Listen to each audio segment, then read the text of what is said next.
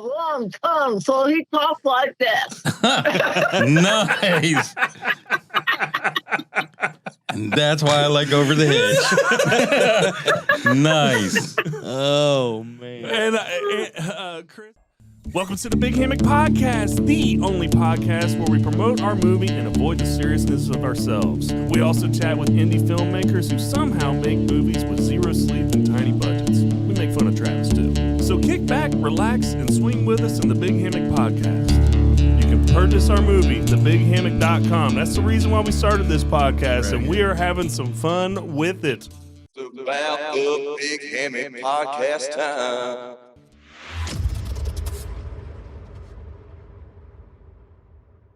A lot of road time. Can you get me in the zone? Nobody cares, bro. Can you Just get me start the show. Can you get me in the zone, please? Yeah. No. It's the Big Hammock Podcast, along with the co-host Travis, cameraman Cecil, Malcolm the Best here, and yours truly, Zach the Interrupter here in the studio. You know. Ladies and gentlemen, welcome back again. As always, we are coming to you via YouTube, Spotify, Apple, Amazon, and we are on the road to 1 million views. We are getting closer and closer to that viewpoint there, Mac. The episode is brought to you by The Big Hammock Movie. You can purchase it at thebighammock.com. That's one word, thebighammock.com.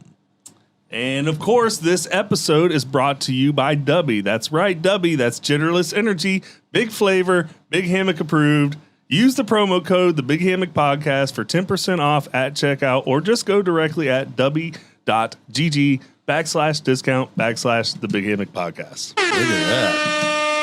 So, I swear he had it memorized. gentlemen, He did. That's it. First things first, we have a guest we're going to be interviewing tonight. More to come on her shortly. After the interview, I want to acknowledge this. Malcolm doesn't like it when we do these kinds of things, Travis. Yeah. But I do want to talk about the fact that we passed 1,000 subscribers last week. And first, right here and right now, I just want to say thank you to the listeners. Thank you to those who subscribe. Thank you so much. It's been a lot of hard work. And if you haven't done it yet, hit that subscribe button. It's time. Hit the subscribe button. YouTube, Spotify, whatever it may be. Yeah. Jump on this train. It's been a wild, wide ride. Choo-choo. And we'll talk more about that later. Nice. Travis, do you have a treasure? Yeah, actually I do. Okay, cool. I know we have a hater of the week. Oh, yeah, we do. And Malcolm, we're going to talk about this a little bit too, but we've got some continuity issues with the show. And I do want to do another Western review on The Quick and the Dead, the 1987 version. So we're going to do that. Okay. And then you've got to come up with another Western for us to review. Oh, we need yeah. to pick that And then back up. guess what I watched with our time off? Shanghai Noon. Sure did. That's what I'm talking about. We might skip Quick and the Dead and just review Shanghai Noon. we can talk about it, but we can also talk about that because I made a promise to your brother. Okay, all All right. right. I'm going to stick to it. We got a fun episode tonight. Because I do have another game for us, a different game, right? It's kind of like trivia, not trivia, but and it's been done on other podcasts. But we got a little different game. People rip us off all the time at the end of the show. I can name 2 of them. Shots fired. Shots fired. This is true. Watched one last night. Okay. But right now, we have a guest ready to go. This is another pod match connection. Yeah. She does audiobooks, video games, animation characters. She has a podcast. Kris Keppeler talks about wisdom of women. Ladies and gentlemen, Kris Keppeler herself. Welcome to the show, Kris.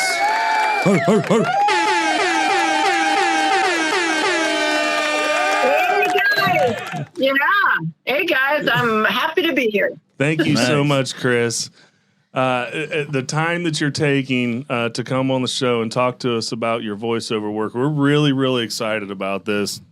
And what I want to do, Kris, is I want to ask you a question. But first, I want to lay the groundwork out there for this question. I want to kind of get into this because it starts out with kind of how we got into the industry. Malcolm and myself, with the exception of Travis, we kind of just fell into this industry. Travis, as a kid, learned at a very young age that he wanted to be behind a camera, and then that's the total opposite of me and Malcolm. Again, we just kind of fell into it. But when we fast forward, Travis really got involved because he met Malcolm. Malcolm was a rapper, Kris, and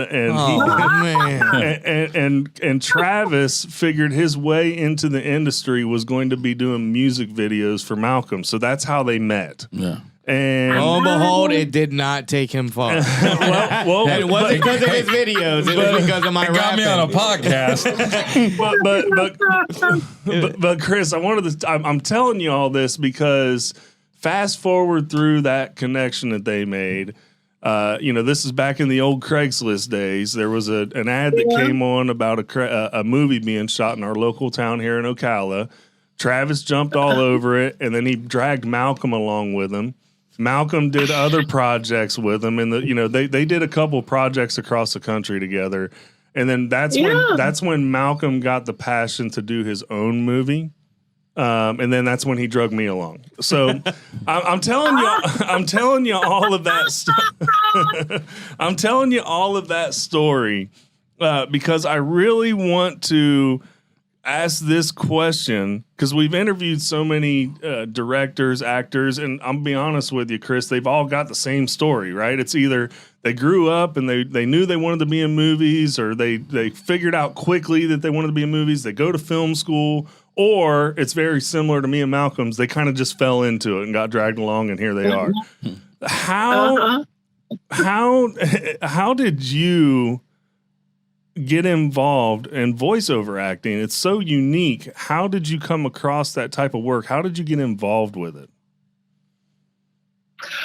Well, actually, I was already an actor, and that I did fall into being an actor. Okay. I fell into it through a blind date. Oh, okay. There you go. That's interesting. Yeah. Yeah. The date didn't work out, but they took me to a Gilbert and Sullivan production. I was already a singer. I'd been a singer for several years. You and Malcolm have a lot in common. No, she's probably way more talented in that area. Yeah, she's a real artist, and he's Eminem wannabe. Man, that wasn't even funny. Yes, it was. Anyway, on the back of the program, it said, "Hey, we're looking for chorus members," and I thought, "Hey, I'm tired of choir. I don't want to do choir. I wonder, I'm going to try that." And so I was in their next production, and I got to be a fairy, and I had wings, and I had a wand, and I got to dance and sing on stage, and it's like, yeah. Nice. You were like Tinkerbell's cousin. So much more fun. Awesome. Yeah, so I did some more chorus stuff, and it's like, I want to be at the front of the stage. There you go. Very cool. Yeah, Very to get cool. to the front of the stage, I had to take acting lessons, and then, I did stage work, and then indie movies started popping up around here, and I thought, I'm going to try that. And then, I asked around, and I said, what else can I do? Because I really love singing, and I love acting, and somebody said, why don't you try voiceover? And it was perfect. It was perfect because it combines my singing and my acting skills. Very There cool. you go. Very cool. Yeah. And Kris, I wanted to kind of lay the groundwork again for this next question. I've heard about, and again, I'm just a young person in this industry, but there's things like classical acting or method acting. And, I wouldn't go as far to say that, I'm like Jim Carrey being Andy Kaufman on the set, but I definitely take on the what I consider some form of method acting when I'm acting, in the sense that I definitely break character in between shots, but I try to get myself into character when I'm in front of a camera. I'm always thinking about how my character would look. What would his facial expressions be? How would he respond in this situation? What would his body language be? And I'm thinking about voiceover work, and I go back to my childhood, and I remember that VHS the VHS videotape of Aladdin, the Disney movie. And at the end of the movie, you could see Robin Williams doing his voiceover work, and you literally see him kind of becoming the genie with just with his hands and all that, and he's moving around. Yeah. And you can you even see that to this day with guys like Tim Allen and Tom Hanks in Toy Story. So I have to ask you, what type of acting would you say that you do when you're doing voiceover work, and how do you prepare for those jobs? Well, voiceover, it's definitely an extra layer of difficult because you don't have another actor you're interacting with or anybody. It's like, but I'm still thinking about the character and what their situation is at that moment and how I'm going to react, although I'm going to play that scene, in my mind's eye, because they're not there.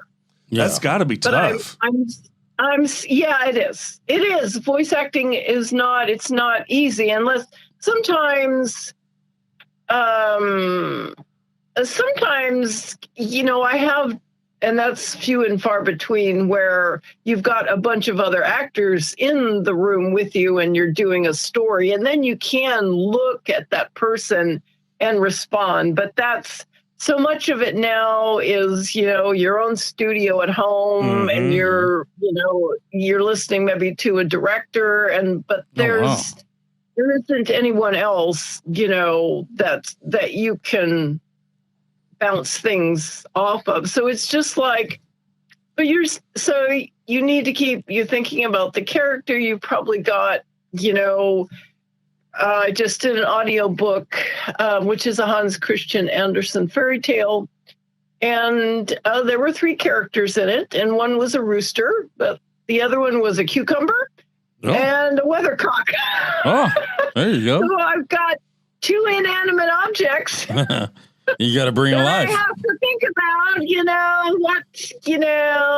the cucumbers lying in a barnyard. So, then I have to think about what is that? Well, I've got the cucumbers lying, so I sort of know what the cucumber's thinking about, but it's like, then I have to think he's lying there, he's a cucumber. He's probably monotone. Not going to move around a lot. He's a vegetable. Yeah.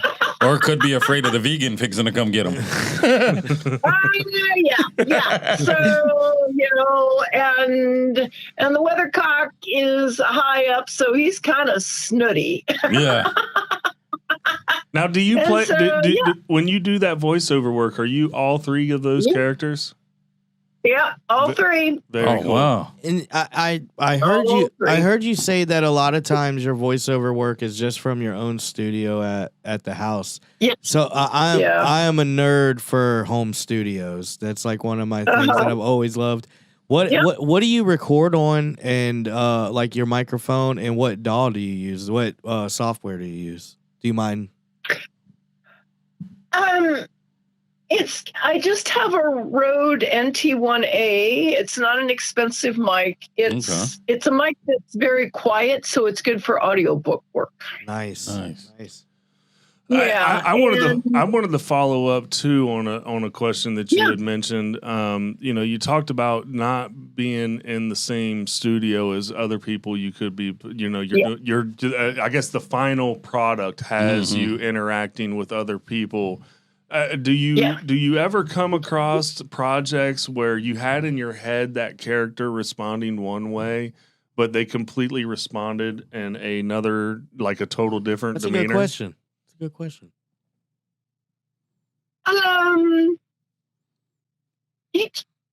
You don't, I can have in my mind's eye, I can have the character thinking about them, and sometimes, they might their voice might change slightly. And certainly if you're doing an audiobook, it's going to change slightly depending on their situation in the book. Oh, okay.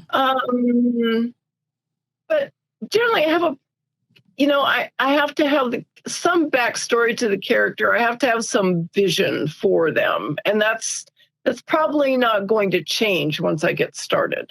So.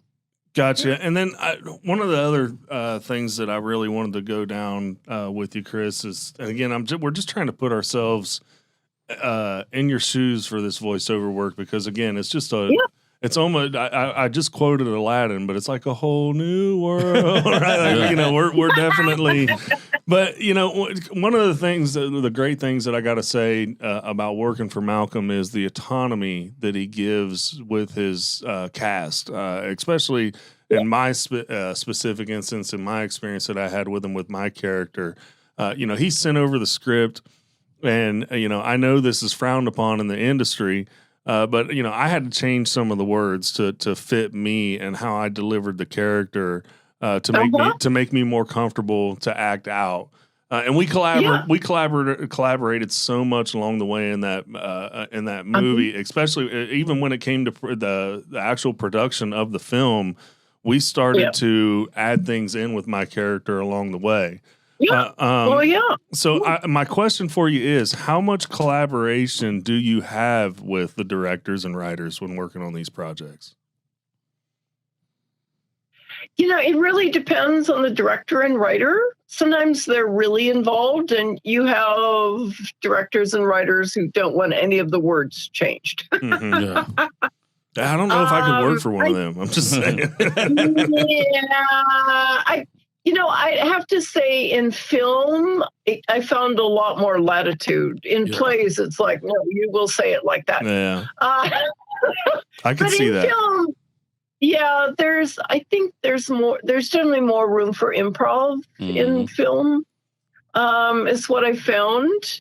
But in voiceover, well, it depends again on the voiceover. I think in character work, there's a little more latitude. Yeah. Like animation. But, if you're doing narrative scripts where you've got, it's out of a book or something like that, it pretty much has to be exactly word for word as it's written. What about the video games you've done? How is that different from animation movies? Like, how does that come into play? Video games are usually pretty intense. I mean, the one I do have out there is like a trip through hell. Oh, what's the name of it? Agony. Is it like PlayStation or PC or? I am not. I can't really tell you, but it's out there on my IMDb page. So hey, she just makes the stuff for you nerds. She don't play it. Yeah. Okay, she just makes it for you gaming nerds. I've always wanted to know, man. Like I do in my spare time. Me and my wife, we do game testing for EA, so we get to see games at all different levels, and sometimes the voices ain't even put in. You're actually just playing the shapes and everything. They don't have the have the final stuff done. I've done that. Yeah. Yeah, I've done that too. In a lot of games, you're just, in one game I was a harpy. I was just making harpy noises, and there was a lot of latitude on the type of noise that, I got a general idea, and then I just went, for it. So, that wouldn't happen to be for like God of War, is it? Was it? No. No, I know. Oh, okay. I don't think so. Okay. But, this guy was an independent producer in Italy. Oh, okay. Oh, nice.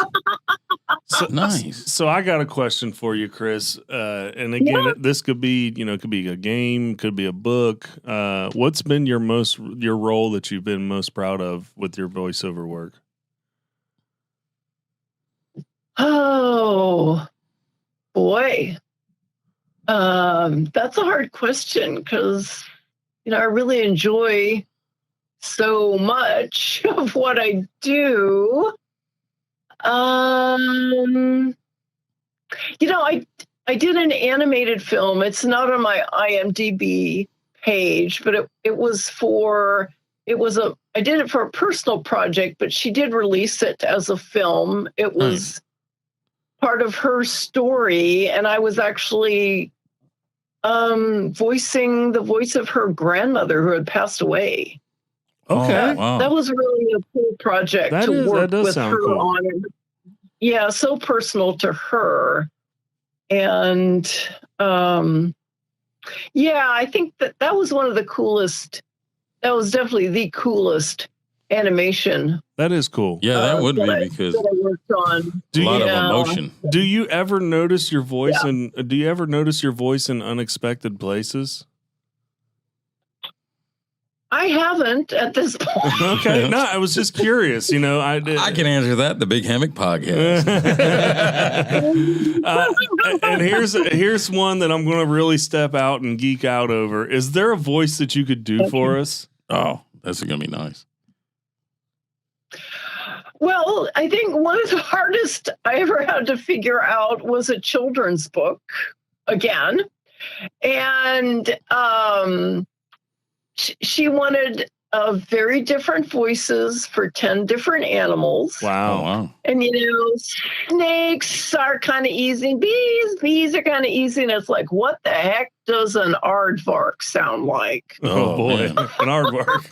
Like, how am I going to come up with this voice? And it's like, okay, what characteristics they have a long tongue, so he talks like this. Nice. And that's why I like Over the Hedge. Nice. Oh man. And Kris, I've got a sentimental question for you. If there were someone listening today and their dream is to become a voiceover actor, what's one piece of advice you'd want them to remember?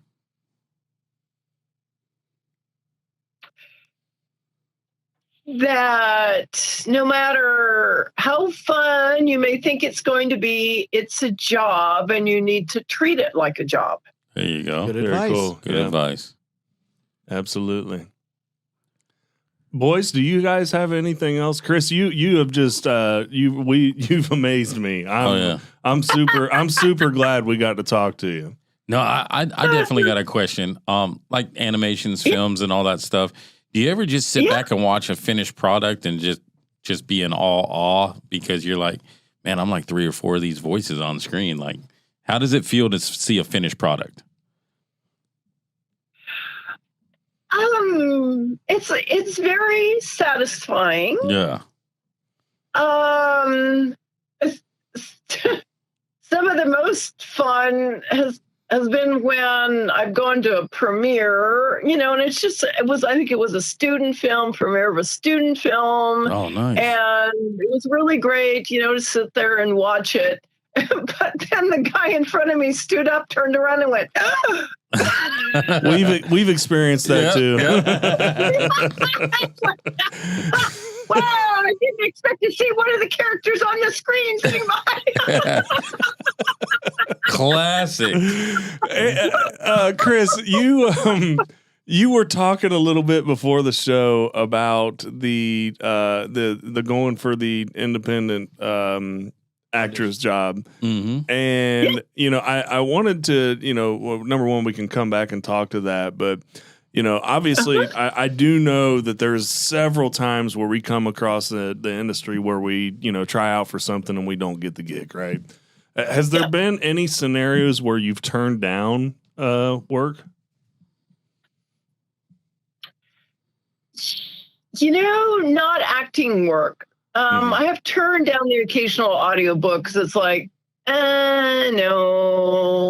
Gotcha. That's not me, but no.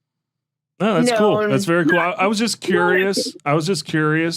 Because there's sometimes, there's things that come my way and I'm like, man, do I really want to get involved with that? Mm-hmm. And, maybe not necessarily go with, I didn't know if you experienced that. But you had mentioned that you went that you are working on getting into another independent film. Do you have any other projects coming in the future? I'm, waiting to hear about that audition that I did last week. Nice. And, which was really fun. Because they said, oh, it's okay to improvise a bit. And I'm like, okay. Nice. I got a quick question. Yeah. So, how can I best bring this character out? And so it was okay to, brutalize a little plushy toy. Sounds like you Nice. and me. Sounds like you and me could work together, Kris. there you go. Hey, Kris, I got a quick question for you because you were talking about like auditions and stuff. Was this like a live audition or was it like a video audition where you was just on like a video call? Everything is video now. Yeah. Everything is video audition. Yeah. I've had to teach myself how to edit videos because you don't have any other voice, but to learn how to do that now because you got to put the slate together with this scene and sometimes there's another scene and they want them all together and Wow. Now, let me ask you this. Compared to like live audition and tape audition, does it feel like it's harder during a taped audition? Yeah, I think it was. I miss, actually being in the room. Yeah. And getting some, because you don't, when you're in the room, you at least get often a little feedback, but you just don't get any. This way, you don't get anything. See, you don't know. Did I, Yeah. Was it enough energy? Did you bring enough to the table? Stuff like that. Yeah, feeding off of people. stuff like that. So, so I kind of miss the live auditions, but then I don't have to be going here and there and everywhere and trying to find parking. And there you go. Kris, I want to real quick just commend you for your adaptability to grow in this industry. Because you talk about having the home studio, you talk about, doing everything, in the home studio. I got to imagine the industry has changed so much in your time. As a matter of fact, I think your website even talks about it a little bit, we're in a day of AI and here you are still out there, doing the work, the hard work, the in-person work. But, again, in a home studio, you've adapted with everything as the times have changed. And I just wanted to give kudos to you for that. Oh, yeah, definitely. Oh, thank you. Thanks. So real quick, we always do this with all of our guests. We've missed a couple, but we're trying to pick it back up. It kind of helps us. It helps the audience get to know our guest. So, Kris, what we're going to do is we're going to play a real quick game of speed answers. Speed rounds, and we are, again, we're an independent film podcast, and I don't think anybody's really there's been very few independent films named in these speed rounds, but Kris, we call it speed rounds because you just really got to shout the first name that comes to mind because if you think about it for too much, you probably get stuck. So. And it's all movie related. So we'll just go ahead and start it off with this. What's your favorite comedy movie? Forrest Gump. Very good. There you go. Yeah. Okay. First time we heard that one. I'm a big fan of Forrest Gump. The character, the story. I really like the stuff that they did with the actual footage where they input him in there. Yeah, it's one of my favorite movies. Forrest Gump is actually one of my favorite movies. It jumped up in bed, man. Yep.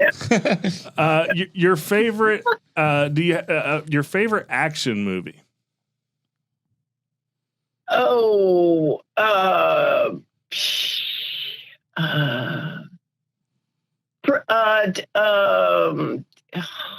Bruce Willis one. Die Hard. You're getting ready to say Die Hard. Yeah, that's a common one. I think that's got to be I think that's got to be one of the greatest action movies ever. Is Die Hard. Now, Kris, I got a question for you. Oh, okay. What do you consider Die Hard? A Christmas movie or just an action movie? It's an action movie. Let's go, Kris. I knew you was my girl. I knew it. Kris, Malcolm.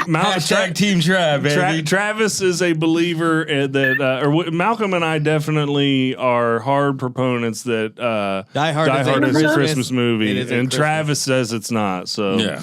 You and Travis just made best friends. Yeah, we did, definitely. Christmas movie to me is opening up presents and having fun, not knocking people off the Nakatomi Tower.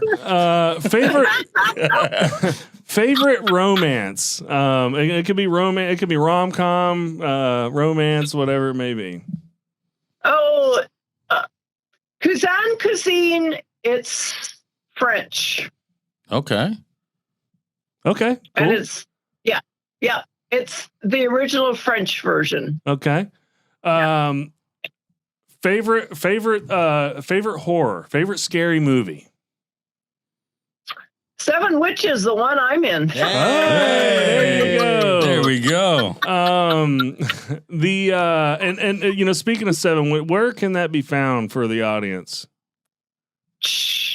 I think just about it's on IMDb. If you look up Seven Witches, I'm sure you'll find where. I'm sure you can. Yeah, see it's there somewhere. Okay, it's there somewhere. Yes. All-time favorite movie. Dogma. Oh, let's go. Okay, that is a first. Don't know it. Kevin Smith, bro. Jane Silent Bob. Okay. Oh man. Yeah. Okay. Yeah. Very good. Wrong generation sitting over here. Kris, I apologize for that. Kris, I just want to say thank you so much again for your time coming on here. You've brought so much joy on this episode, Kris. Oh, I'm a number one fan now. Yes, you are. There you go. Me and Kris gonna go down. Never mind, I done messed it all up. We down like 4 flat tires. Okay, Trav. Yeah, I know. I screwed it up. I had to keep going. Kris, thanks again for your time. Thanks for coming and hanging out with us. And tell us all about the voiceover industry. I mean, that's real fun. Thank you so much. Thank you.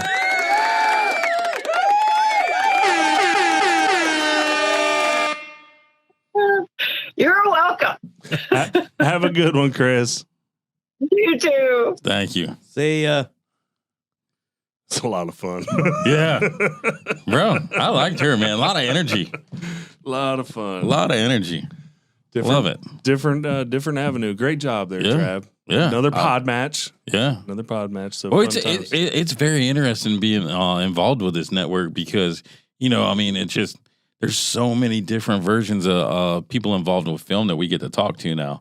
Not that I don't like, I love the Bayview stuff and all that kind of stuff too, because, I mean, it's, again, we're giving independent people a voice and stuff, but just to hear from different aspects of film, like, I love it. We're going to have to deal with that, boys. It's too hot. I'm telling you. Boy, y'all are weenies. Great outlook, Trav. There you go. All right, boys. Our continuity's off. So I figured, it's a little bit. I figure it's best just to talk about it and clear the air out there. I don't think anybody noticed that. Well, I mean, I don't think anybody did either. I'm just going to, but it's that way for a reason. Number one, we try to stay ahead 4 episodes. Yeah. And for many reasons. Again, you may have somebody that doesn't want their episode aired till a later date. Mm-hmm. We were off for 2 weeks. Yeah. Again, the audience wouldn't know that because we just pick these. That's the illusion of television. But we're typically 4 weeks behind when we're airing these things. Mm-hmm. So, there's benefits to what we do, and then there's other things along the way. But we just overcome that, and we were just off for 2 weeks. We didn't record last week. Yeah.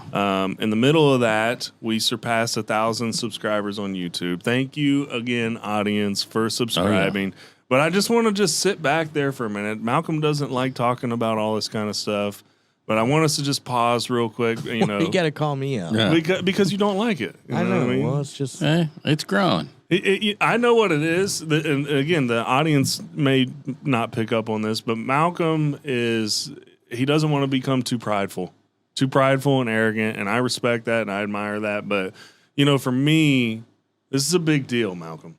Okay. Travis? I mean, it's getting there. It's growing. That's right. I get excited every day. I think it's more like a roller coaster. Yeah. Sometimes I get up. Sometimes I get down. Well, I mean, at the end of the day, we're just regular dudes. You know what I mean? We all work day jobs. We all have fun. We all got families. And, this is just a little icing on the cake to have fun. Yep. Eventually, fun's going to lead to money, but, that's later on down the road. Yep. Especially coming from Malcolm. Yeah. Oh, don't worry. I got a plan on that. We'll detour the checks to us. Okay. Cool. I got a friend at the post office. Thanks, Trav. I appreciate you. Let's go ahead and hit your treasure up. Oh, man. Well, Travis's treasures.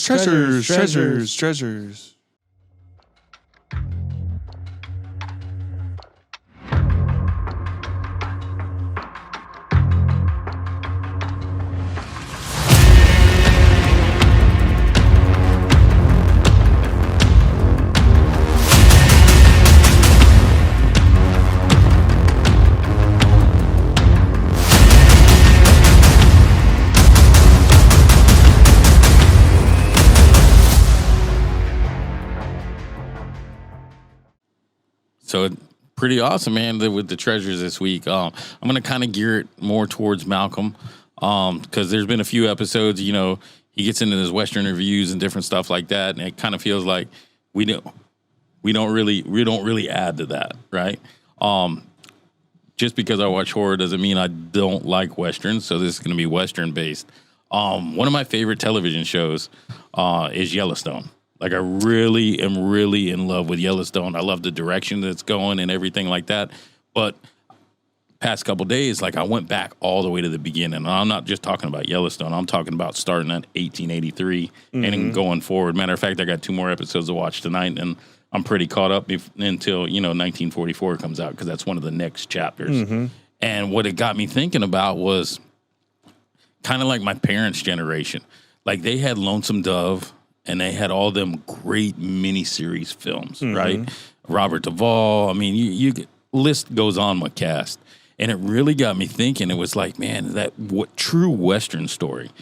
Forget about Billy the Kid and everything like that. I really just sat down and started from the first episode of 1883.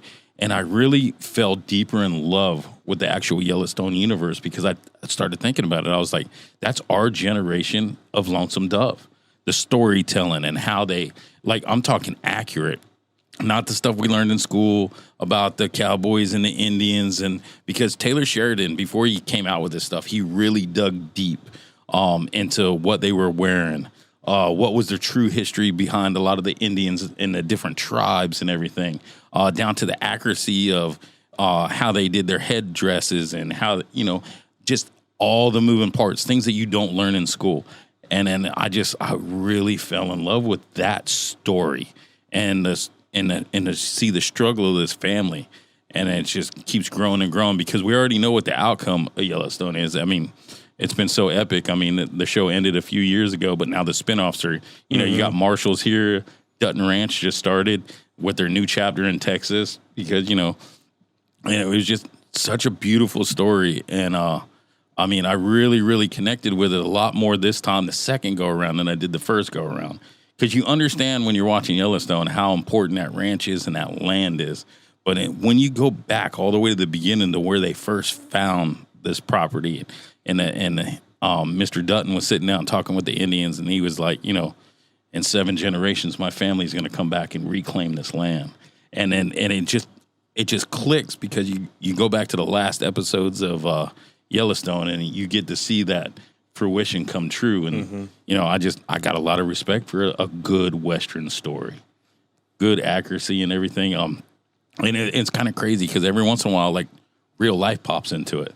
Like, they was talking about Charlie Goodnight in a couple episodes from 1823 on the second series. And I was like, wow, every once in a while, even though it's a fictional story, you got some real people and real scenery that actually drop into it. And I got to give her respect to that, man. It's something that should be treasured by everybody.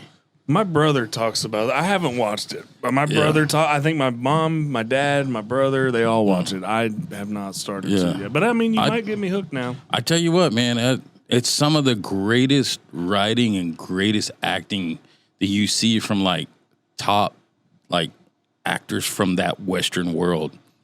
And Taylor Sheridan was very smart on the people he casted and the history behind their acting and certain Western films that they've been in, and just bringing it together and then feeling this emotional roller coaster throughout this family and watching all the struggle that actually happens. It's just like, it's amazing that, like, you know, even though it's fictional, you know, outside of here, you start thinking back to those times. It's like, could we have survived during some of that stuff? Oh, absolutely. I mean, there's a few bed bugs out there to get you quicker than the doc can get to you. But, you know, it's just interesting that if you think about it, it's only like 100 and something years in the past. Mm-hmm. Like, we've came a long way. Like, oh yeah, it's just amazing to see.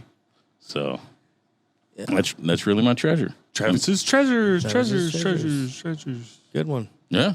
Well, we are going to continue into the Western Review. Okay. You led into that perfect, but go ahead and pull up that Haters in a Week so there's no dead time, because Yeah. I know that's how you roll. Oh, okay. And again, this goes into the continuity that we were talking about.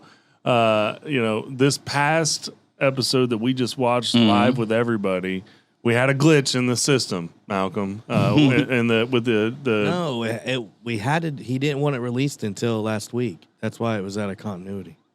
Who? Shut up. You Listen, ain't putting that on me. Bro, I'm talking about get with the program, guys. How many times have you tried to get with the program, and now we're not getting with the program all of a sudden? Well, no, we didn't hide the fact that we had a technical error. Travis fried the board, and he did talk a lot. And we did not. We did a whole review segment of The Quick and the Dead, Yeah. and it didn't get recorded. So I would like before that. Haters of the Week? No, Shanghai Noon. Oh, okay. Let's bring it up. Well, did I change my opinion? No. You suck. I thought that Travis. was a piece of dung. That's why. I tell you this though. What I tell you this. crap is that? So I do got. All right, never mind. Back no. Yeah. I do got love and hate for it. I'll tell you what I love the most about it. Grumpy old fart. No. Well, I'll tell you the most what I loved about that film. I think it was genuine. It was shot on film, which I could respect, because you got to think that film was made right there at the end of 1999, 2000, and we're in 2026. So that's a 26-year look back of what films used to look like, and it felt like I was watching a real movie. Like I enjoyed that fact. I enjoyed seeing something that wasn't so clean and crystallized and everything, and it just felt like I was in that world. What I didn't like about it, y'all are gonna roast me on it. It really was kind of like a Rush Hour knockoff. Like it just, like Jackie Chan was on point. I ain't gonna lie. I thought Jackie Chan was brilliant. I didn't care for Owen Wilson. He was brilliant too. No, he didn't get brilliant till years down the road. Man, he was brilliant in that movie. No, the dude was too nice. Like, sorry, man, we don't do this. Like, I love the beginning when that's part of the character. Yeah. A failed character, he would have never survived in the Wild Wild West days. There's no way. Yeah, hence he almost died, but it was for Jackie Chan keeping him alive. Yeah, that's the correct. reason why The whole he had time. That's the whole time. I thought he was a terrible character. I didn't find him funny. And other later films, I found Owen Wilson really funny. I really laughed at you guys' one scene which y'all was laughing and joking in the podcast room. You know, I ain't gonna say it because there is dirty words in that. You said wet shirt. Wet shirt don't rip. You didn't say P-shirt bend bar. Yeah, it is funny.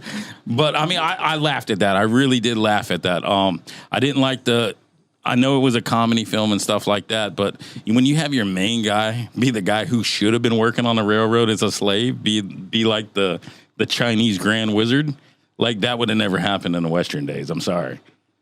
That's what made it epic. No, it just that's where it lost it for me. Whatever. But you know, I mean, it is what it is. I watched the whole in 2 hours. For who? Who did you watch it? I watched it for Malcolm. No. What? And your brother. There you go. Because he said I should have been on Haters of the Week. Yeah. So Bane, I watched your film. It's crap. No, but it's not. But I can see how you guys liked it. I really can. We just picked up. So whoever comments negatively on Travis's little short that he does, they're automatically not a hater. They're a fan of the week. They're a fan of the week. They're a fan of the week. Have a new segment called Fan of the Week. I can understand how you guys liked it. To me, it was just I loved Jackie Chan, like not Jackie Chan, where Chad's called John Wayne. called me out. Yeah, John Wayne. That's a terrible cowboy name. John Wayne. Like That's a bro. Tell me that's not funny. My though. favorite funny scene, bro, was when he woke up in the tent, bro, next to the chief's daughter, and it was like, you know, the chief was like sweating, and he was like, "Well, he wasn't that tired last night." It was like, ah, and then the one guy just leans over and he's like, "At least it wasn't a white guy." You're like, I mean, I thought comedically brilliant. That's funny and hilarious. That's pretty much it. That was the only time I laughed. So, Quick and the Dead. Make it quick. And dead. I'm about to be dead. I just, one of the things that I personally am a fan of the one done in the 90s. Yeah. I'm a fan of Gene Hackman in the movie. You said you didn't like him in that movie. No, it's not that I didn't like him. I just didn't like the movie. It just wasn't believable for me. Like I mean, I understand you saw the 1987 one first, and I saw the newer one first. We're opposite on the spectrum on that. Mm-hmm. But it surprises me, Malcolm, because you are the guy that likes the twist at the end. Yeah. And they're definitely, like, that was a great story of a movie that came into play all the way through. Yeah, I think... yeah, I just didn't like that movie. Bro. But the 1987, I enjoyed watching that movie. Here's why I think. Because one's a Western story and one's a fake pistol smoke movie. Right. I feel like one is more geared towards women and one's more geared towards men. You know, like Sam Elliott's Quick and the Dead is like a manly movie. Like that's a manly man right there. And then like your strongest character throughout was basically a woman. Like she's the one getting the revenge and Sharon Stone's character. So I feel like it wasn't really a manly Western to me. Like you could tell. I mean, you got the preacher man. Here's why. Go ahead. You got young Leonardo DiCaprio. Yeah. You got a woman's the revenge stories coming from the woman. You know. You got Russell Crowe in his prime. You know, that's definitely wasn't geared towards the Western genre of audience. Okay, well, see, that's how now. I don't. Now, me and you feel finally agree because that's how I felt about Shanghai Noon. Even though that's a comedy and it was supposed to be like that, like it felt like the wrong people were in the film. Well, here's my thing. I feel like Shanghai Noon was geared towards the audience it was supposed to be, which is Jackie Chan. Yeah, audience, right? Like anything with Jackie Chan, you're gonna watch. Yeah, no matter how crappy it is. Well, I like the one guy, the guy that they got all mad at, man. Wanted to rough everybody up on the train, and you know he's a huge actor nowadays. Yeah, you know. Yeah, but it's just like that vicious role. I wanted to see more of that. I'm sorry, it's not in Quick and the Dead. But anyways, going to the 1987 Quick and the Dead. I mean, I just love watching those old westerns with the wagon. Yeah. You know, could you imagine? That's a Western story. Could you imagine traveling across the country? Like that's my thing, right? You know, I'm thinking about having a wagon. You know, growing up in a wagon. Bro, you'd be so beat up. Like Mm-hmm. We think our bodies go downhill now. Yeah. Imagine having to travel on that thing all the time. Yeah. Like you're definitely going downhill. Oh yeah. Yeah. But you know, I see why it's one of those things. It's definitely one of those things. Basically, like Travis just pointed out, like the newer Quick and the Dead had a more polished, romanticized element to it. Right, like it's geared towards a broader. Like you're gonna watch it, even if you don't like westerns. You're gonna watch it. You got Leonardo. You got all these big. Yeah, it's more like a pop culture type thing. Right. To where like a Sam Elliott western, like you really have to be. Even like anyways, this is how it is, bro. I agree, man, because that's why I brung up Yellowstone during my treasures because I mean you got to see Sam Elliott's last western performance. And you can compare both of these movies together, and only thing that separates him is age. Yeah, like he can tell such a beautiful. But he story. Doesn't age. He looks the same. Watch 1883, bro. Well, and here's I never got into Yellowstone, but that's not due to anything other than I'm not a TV show guy. You know that. You know, Well, I like closure. The prequel series though. That's how you get caught up feels like a film. It's a mini series. Gotcha, okay. That's how you get caught up in those Netflix binges. You start watching a season. I gotta finish the whole season. Well, honestly, it's like it's one of those things where if it just keeps running on, it's like I give up. I'm like, okay, it's this. To me, it's the same revolving door. Okay, yes and no, and that's kind of what I got. Sons of Anarchy got is like, okay, they're lying to each other. They get caught in a lie. They got to kill somebody. They're lying to each other. They get caught in a lie. They got to kill somebody. So that's different TV now because with the streaming, like they cut the fat. So you only get 10 episodes, sometimes 7 or 8 episodes to tell that story, where it more or less feels like a mini series and something that just like lingers because there's so many episodes. It's like. Why'd you have to put that in here? Like it took the story nowhere. But I guess what I'm saying is like even in Yellowstone, like the first couple seasons that I watched or whatever, it was the same thing. Like, you got closure at the end of the season. But then the next season comes and it's kind of the same thing, just a different guy trying to take the ranch. Yeah. Right? It's a different type of. So then now it's, to me, that's like a repetitive. Yeah. It's like a cookie cutter repetitive thing. And I just I got so burnt out from Sons of Anarchy, bro. Because I was like, my wife loved that show and she got me to watch it. And I'm not big on TV shows anyways. Yeah. But it was like, I was just, but it was good. For what I've seen, it was good. Yeah. You know, I mean, like you said, like the acting was there. There was some good parts about it, get you amped up. But I would just. Well, it gave me a respect to what you guys call modern Western, because that's what everybody I came into that show late. I came into like it was the start of the 4th season, and I was like, what's the show everybody's talking about? Is that thing recording? Yes. Oh, okay. So what's this thing everybody's talking about? And I was just like, this ain't no Western. But what hooked me is that 4th season, they started showing the flashbacks of the family, and then you got to see the real hardcore, like old Western type world. And I was like, I know where they're taking the show. With Tim McGraw? Yeah. So you got to see all them flashbacks, and I was like, all right, now Tim McGraw and his wife play husband and wife in it. Yeah. So what? That's pretty cool. What movie would you like us to review on the next? Yeah. You're gonna love it. What is it? No Country for Old Men. Oh, let's go. Okay. Let's go. Oh, I don't know. man. It was on Tubi, but it only had like 2 days left 2 days ago. No, I think it's on like Hulu and Amazon and stuff like that. Bro. No Country for Country for Old Men. Oh man. You want to talk? That's a modern Western story. So that's a contemporary Western. Yeah. Is what it's considered. All But right. it also has an element of horror, if you ask me, because anyways. Yeah. All right. Anyways. Yep, anyways, that's for the review. That's All for the right. review. Yeah. All right. Oh man, that's a classic. I can't wait to watch that. We didn't even do Haters of the Week. Oh yeah. What are you doing, bro? Golly. Hey, we had to catch up on the Western. It's just like review. 2 episodes ago when we was going to talk about my son being born, and we just cut the show off. All right. All right. Yeah. Haters of the week. And now, Haters of the Week. Oh boy. So River Mahal, he got us. Well, he got No, Zach. he didn't get us nothing. He got Zach. So he Went jumped after on Zach? I guess all of us. He was on the Andy Kaufman, Jerry Lawler wrestling this guy. prank. Yeah, and I don't know why he said what he said, but he's just like everyone nowadays think that they can do a podcast. All right, River. Hey, All right, River. I want to to on this. All Yeah. right. So okay.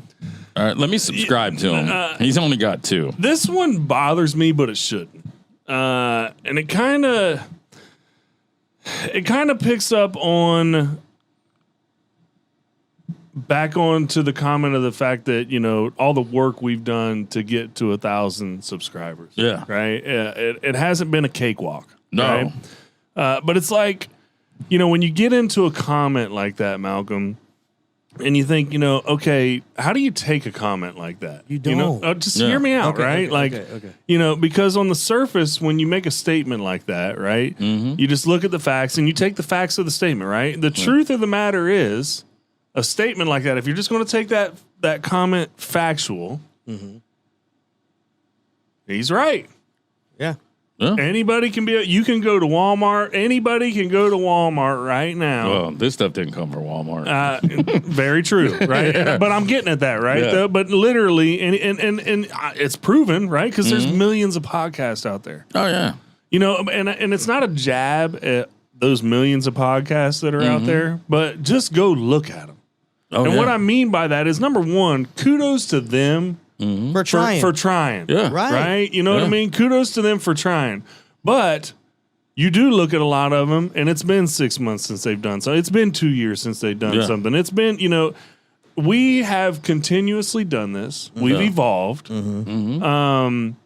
And we do, again, we talk about it all the time. We don't take ourselves seriously, but we do take the podcast seriously. So you have to ask yourself, what did he, is that all he meant? Okay, River, you're right. Anybody can do a podcast nowadays. But I don't think that's what he was insinuating. Oh no, he was wanting us just like the other guys to unplug the mics. Okay, but ahead. here's the thing. Okay. I love it. Here's why it doesn't bother me. And here's why I don't get offended or mad, because you're right. We do put a lot of work into the show. And for someone to come on here and kind of antagonize us and mock us and all this stuff, right? But I look at it the same way as, hey, he's entitled to his opinion, right?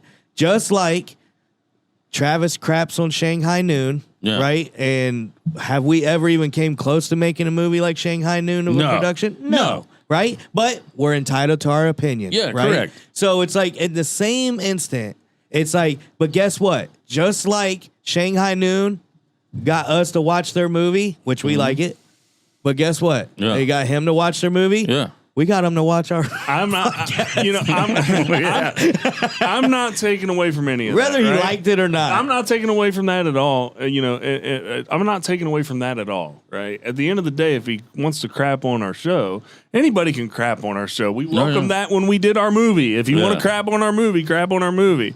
But this, I think what gets me, and maybe it's just the way I take it, is because when somebody makes a comment like that, it's basically like they just feel like we're just a bunch of punk kids that think we're podcasters. Well, it's not when just at the that. end, when at the end of the day, this show here has production value, Correct. right? It has, this is a team. It has homemade tables. We have no, but legitimately, right?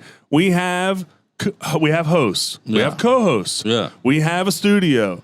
We have equipment in the studio. Yeah. We have a writer, right? So- Hold on. We have an editor. We have a marketer. We've got a scheduler, right? Yeah. We have a team that does this stuff. I right? see what you're saying. You know what I see. mean? It's not like we're just like we started off. No. It's not like when we first started off, we're just a couple of bearded rednecks in the shed with a couple hand mics. Like we're actually trying to produce something. I get it. I do. I get it. But we have to keep in mind, bro. Yeah. We crap on movies that we don't like. Oh, yeah. Very true. We crap on music that we don't like. And it's like, are we taking away from the fact that they actually went out and did it? Well, no. Just our opinion is that that's not our cup of tea. Yeah. And it's just so like I'm sure there's movies you thought to yourself, why did they waste their time making this movie? It's fair enough. Just like there's a lot of people that's like, why are they wasting their time doing this stupid It's fair enough. It's Because fair we're enough. trying to get subscribers. Duh. It's fair enough, right? It's a fair. What you're saying is definitely a fair approach, which is why I probably will never bring that up again, right? Okay. Yeah. But at the end of the day, what we've done this far, it's not like we just crapped out after 6 months of podcasting and gave up. You know what I mean? And again, kudos to those guys for trying. But here we are. We're still putting the work in. We're going to continue to put the work in. Oh, yeah. 1,000 subscribers later, here we they are. they didn't have somebody that made y'all sign contracts for 2 years either. All right. And for that, River, thanks for joining Haters of the Week. River, I'll just put it out there for you, bud. If you think anybody can do it, email me at sfnproductionsllc.com or no, sfnproductionsllc@gmail.com.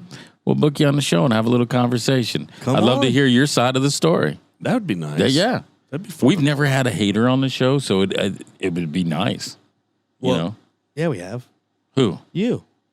Yeah, You hate on everything. not everything. Even All right. Bane called you hater of the week. Yeah, well, we're still not done purchased the yet. film. You sorry son of a gun. You're just ready to end this show. Listen. All right, I've got a game for us. Okay. All Okay, right. it's different, right? So Okay. it's you've seen it on other podcast shows. I'm running out. All right, yeah, go ahead. You've seen it on other podcast shows where Great. Now we're ripping somebody off. and whatever, right? But you basically, I've got a movie. I've got a movie for you, and I've got a different movie for you. Okay. You guys have to guess which movie it is, but you can only ask yes or no questions for clues. Okay. Okay. All right. So, I mean, one of you can start, and we can go. You from might there. as well go first with me in case I run out of Okay. recording. Well, no, we're going to go every other, but go ahead. I mean, Okay. and we can fire these off. Go ahead. All right. Yes or no? Yes. Okay. Is it a comedy? No. Is it a horror film? No. Oh wow. Does it have superheroes in it? No. I gotta think about that one. Does it have a game warden in it? No. It's getting close. Is there a shootout? Yes.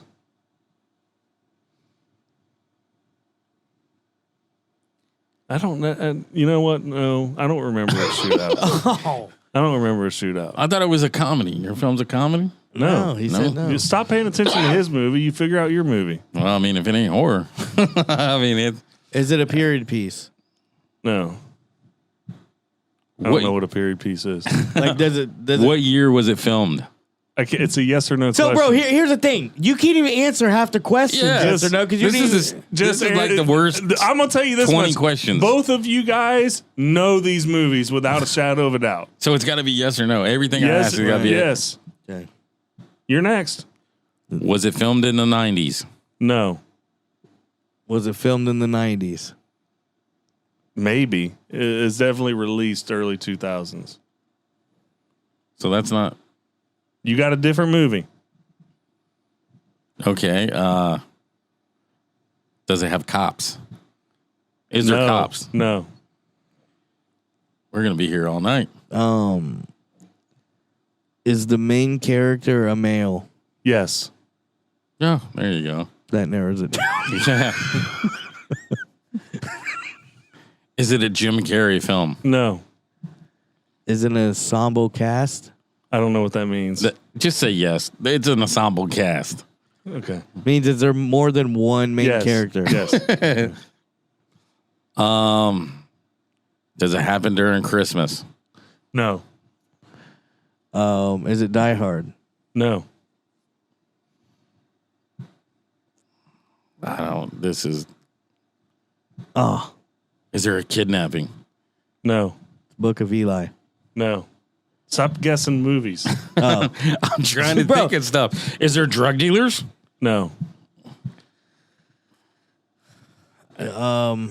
Is it an action? Yes. Okay. Oh yeah. Is it a drama? Yes. Oh, okay. Getting a little closer. About time. So it's an action, but you're not sure if there's a shootout. It's a pretty crappy action movie. Could it be released in early 2000s? You don't know what a period piece means. Which, does it take place back in the olden days? No. Okay. Let's see. Wait, mine's a drama. Oh, I know yours. No, you don't. Yeah, I do. Is there dancing in it? Yes. Is it Dirty Dancing? No. This is Brokeback Mountain. No. Oh. No, there ain't dancing in that movie. There's sheep herding. That's all I'll say about that. Shut up, Travis. Shut up, Travis. It's an action released early 2000s. You're not sure if there's a shootout. Does it take place back in the day?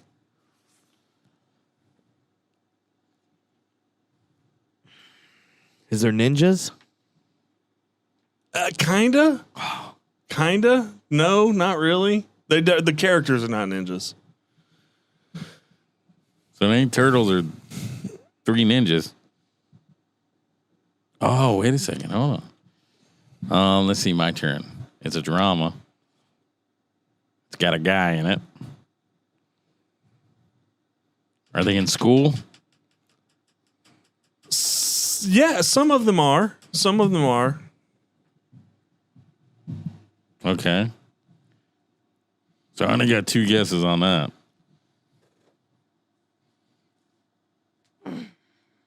You guys are getting there. Like, Does mine have a famous actor? yes. Would mine have about 5 famous actors from the 90s? No. I'm way off then. Yes. Is the main character middle-aged? What would you say is middle-aged? You know. How old are you, Trav? I'm 45, bro. Yeah, I guess I'm middle-aged I would say now. at that time, no, he was not middle-aged. Okay. So some of them were in school. I'm just going to take another guess. Is it The Breakfast Club? Nope. All right. What action movie don't have shootouts? I don't know. I don't Is there a even, sword fight? Nope. What the freak? I don't know, but we're going to lose viewers on this episode. He can speed it up. What kind of action film don't have sword fights or shootouts? I don't know, bro. You're going to be so mad when you figure out what movie this is. Let's see. There's a guy in it. It's a drama. Some of them are in school. You're going to be mad too. Yeah. Wait a second. It's Grease. No. Is it Ferris Bueller's Day Off? No. Dang. You're getting close. So I'm in the John Hughes realm. No. No? Wow. I don't know what John Hughes around. Oh, boy. We got to get a new host. Come on. Is Bruce Willis in it? No. Is Denzel Washington in it? No. Is Jason Statham in it? No. Is Sylvester I've seen him Stallone fight in somebody with a fish. No. But it's an action. Is the main character, is the main actor known for action films? Yes. The early 2000s. Oh, man. I'm still stuck on mine, bro. Is it Jackie Chan? Is Jackie Chan in it? No. Yeah. No, Jackie Chan always uses something. Watch it not even be an action film. I don't know, It's an man. action film. This drama thing's got me bugging. It's an action film. Arnold Schwarzenegger in it? Nope. Jean-Claude Van Damme? Hey, wait. Let me ask about mine. Yeah. Is Arnold Schwarzenegger in mine? No. Dang. So keep shouting them out because at this point, is you Jet guys. Li in it? No. I mean, there's who else is an action star? Bro, when you hear this name, you're gonna be so mad. I'm already mad, bro. I think I'm gonna break this movie once I find. Is Steven Seagal in it? No, Great day. you've named everyone. Is I'm on the drama. I'm just gonna keep yelling them out. Is it The Notebook? I'll go ahead and tell you. You need to go way back. All right. who, me? What do you mean? You need to go way back. How far is way back? All right, well, can I get a Because hint? you don't even know what a period Can I piece get a is. hint? If I give you a hint, you'll get it right away. All right, good. Give me a hint. You gave him a hint? Well, way back. What's that mean? You still got a hint? I've seen that movie the way back, and it doesn't even sound like that. 30s. 1930s. What is this, The Wizard of Oz? Actually, I'm wrong. Let me see. A drama I from the gave you the 30s? two- Is Mark Wahlberg in it? No.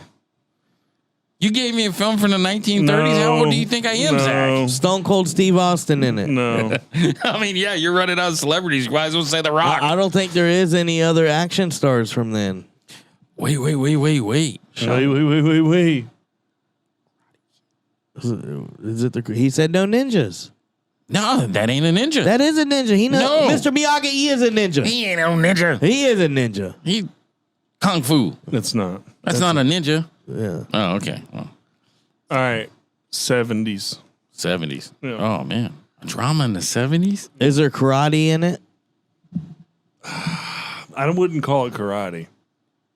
So there's no sword fight and there's no karate and there's no shootouts, but it's an action film. Mm-hmm. Is it a sports action film? You could look at it though. Some people would consider it a sports action film. Oh. Some people. Wait. Not everybody, but some people. Is it Fast and Furious? You got it, brother. Is it? There's shootouts. I mean, is there really shootouts in the first one? Yes, when they hijack the truck, the dude gets blown away. I'm not. There's shootouts. That's not a shootout. No, he was shooting at the guy. I still wouldn't have guessed it off a shootout. I guess it's not known for its shootout. No, but is that it's an Cars. action film though? Yeah, Cars. Is Yeah. it?